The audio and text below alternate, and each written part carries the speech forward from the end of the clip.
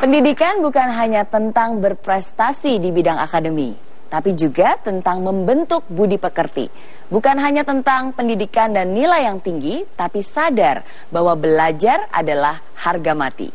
Masih bersama saya Mary Riana, kita mungkin kita bisa melampaui batas kemampuan kita. Bersama kita bisa, I'm possible. Ya, menarik sekali pembahasan malam ini, apalagi sharing dari Kak Seto. Dan sekarang saya akan membacakan beberapa komentar yang sudah masuk ke akun Twitter kami @possiblemetrotv. Beberapa saat yang lalu kami sempat menanyakan lewat Twitter, seberapa penting sekolah menurut Anda untuk meraih sukses? Dan berikut adalah komentarnya. Dari Esti, setinggi apapun pendidikan, kalau tidak dibekali dengan skill, hasilnya nihil. Sekolah hanya teori, yang terpenting praktek.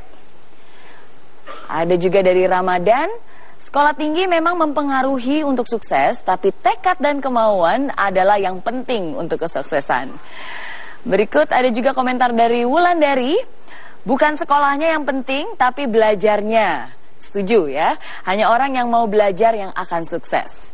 Dan yang terakhir, komentar dari Yoshizuki, pendidikan itu penting tapi bukan jaminan. Banyak yang dapat kesempatan bisa sekolah tinggi tapi cuma buat main-main. Yang penting judulnya sarjana. Ya, jangan sampai belajar hanya demi sepucuk ijazah. Tapi ingat, bagaimana aplikasinya itulah yang paling penting. Terima kasih untuk Anda yang sudah berpartisipasi. Dan di kesempatan kali ini kita juga kehadiran seorang sosok anak muda yang walaupun muda tapi punya kepedulian yang luar biasa terhadap pendidikan di Indonesia. Ada Riri yang juga founder dari Care for Education. Silakan berdiri, Riri. Oke, mungkin bisa diceritakan apa itu Care for Education?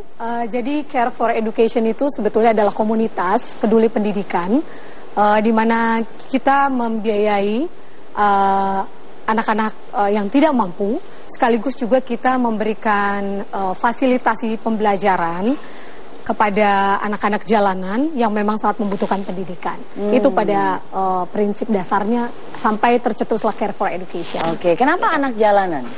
Karena untuk menjadi bangsa yang besar tidak hanya orang-orang yang orang-orang yang hanya bisa memiliki kemampuan yang biasa-biasa saja. Tapi saya ingat salah satu kata-kata dari Menteri Pendidikan kita sekarang adalah tugas orang-orang yang terdidik untuk kembali mendidik mereka-mereka yang belum terdidik.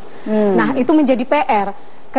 Ketika saya yang kebetulan juga mendapatkan beasiswa dari beliau, sekolah untuk S2, Oke, berarti ini menjadi PR saya ketika saya sudah mendapatkan pendidikan untuk kembali memberikan apa yang sudah saya dapatkan buat mereka yang belum bisa menjamah sebuah pendidikan. Oke, luar biasa Ibu Riri. Iya. Satu hal lagi yang saya juga tahu, Ibu Riri juga mengumpulkan begitu banyak dana untuk bisa membiayai anak jalanan. Betul. Supaya bisa sekolah, SMA, betul, lanjut kuliah bahkan. Betul, betul.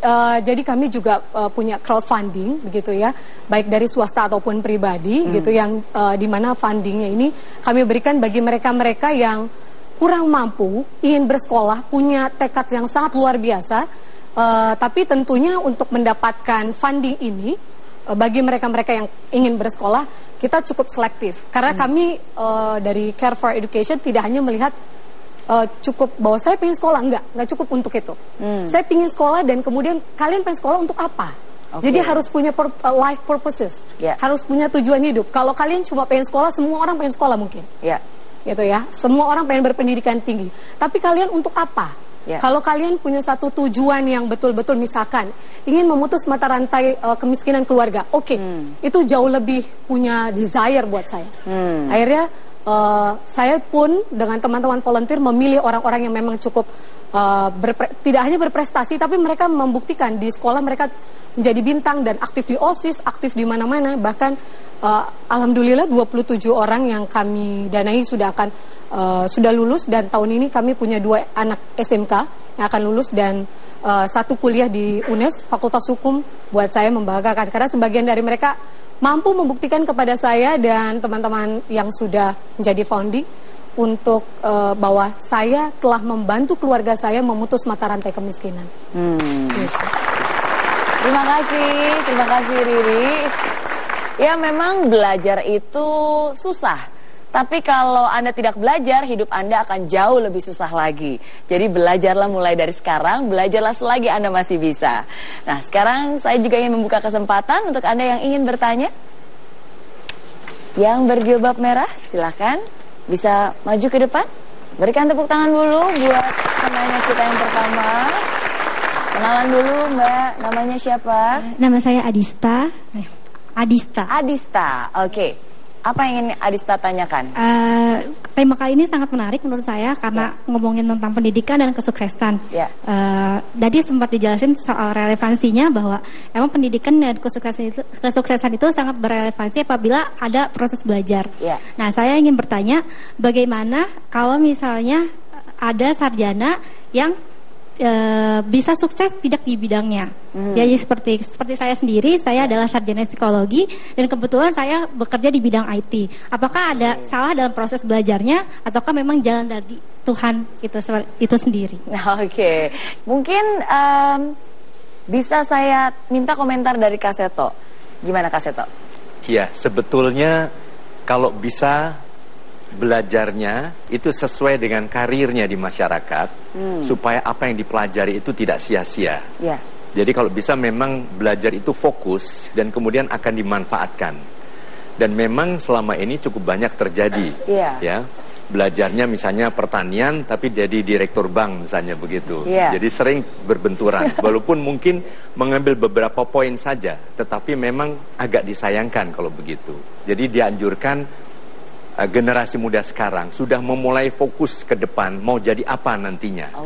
Kadang-kadang anak-anak TK sudah punya cita-cita, tapi kalau itu terus diingatkan kembali sampai kemudian SMP, SMA, sehingga kalau memilih jurusan, kalau memang di bidang sosial ya sudah milih IPS misalnya.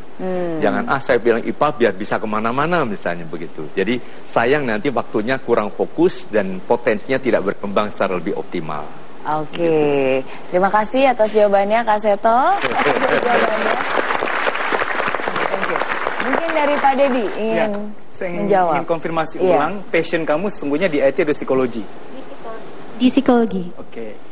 Kenapa kamu nggak cari karir yang psikologi juga? Karena menurut pendapat saya, dengan sosial politik seperti ini, ekonomi begini, indeks kebahagiaan penduduk bumi berkurang loh ini. Orang-orang seperti kamu sangat ditunggu-tunggu loh. Sangat dibutuhkan gitu loh. Ya, kebetulan saya sebenarnya memang sangat berpassion pada psikologi. Kenapa saya mengambil tawaran di bidang IT? Pertama, memang saya tertantang mempelajari sesuatu yang bukan bidang saya. Dan yang kedua adalah saya ingin hidup mandiri. Jadi saya udah tidak mau, ketika saya lulus sarjana, saya mau tidak mau harus lepas dari ekonomi orang tua. Jadi saya benar-benar ingin menghidupi diri saya sendiri dan nggak mau ngerepotin siapa-siapa. Saya rasa itu tidak masalah karena itu bukan tempat berlabuh terakhirnya kamu. Untuk memperkaya pengalaman aja. Gitu loh. Lagi pula ada baiknya kalau saya beli program dari orang IT yang belajar psikologi, dia tentu hangat dong. Akan laris kamu gitu. Tapi memang seperti itu ya. Kadang untuk bergerak itu tidak selalu garis lurus. Kadang ada saatnya di mana mungkin kita harus berbelok sejenak, tapi kita tidak melupakan tujuan akhir kita. Ya, jadi nggak apa-apa belok sejenak, asalkan kamu tidak melupakan itu, sehingga ketika ada kesempatan kamu bisa kembali berbalik arah dan sesuai dengan yang memang passion yang memang kamu cintai. Jadi banyak sekali masukan. Apa yang akan kamu lakukan? Ya, dari semua masukan yang saya dapatkan, saya berarti bisa menyimpulkan bahwa sukses itu adalah tergantung bagaimana kita mengaplikasikan ilmu yang kita dapat, baik itu di bidang yang sesuai dengan passion ataupun enggak gitu. Terima kasih, sukses terus untuk kamu. Thank you.